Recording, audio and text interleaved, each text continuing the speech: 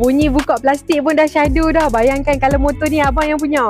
Biarlah bang, apa orang nak kata, walaupun fairing 150cc. Sekarang ni motor wah ke motor lu. Lantaklah, janji kita ada gaya. Main dengan 150cc double overhead kan. Main dengan 6 speed kelajuan, ada assist dan juga slipper clutch. Tak payah cerita banyak dah pasal motor ni, hampa mesti kenal punya. Anyway, main juga dengan dual channel ABS. Dekat depan pakai upside down fork. Fork pun adjustable daripada showroom. Yang akak-akak kitchen teringin nak naik fairing tu, tak payah risau, boleh adjust. Untuk belakang pula pakai monoshock. Tak malah tunjuk meter sebab meter biasa je.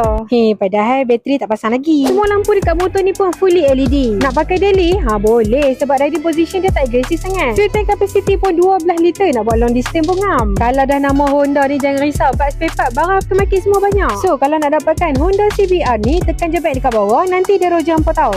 Dah tengok video ni macam biasa, like, follow, share tau. Tidak review. Bye bye. Assalamualaikum.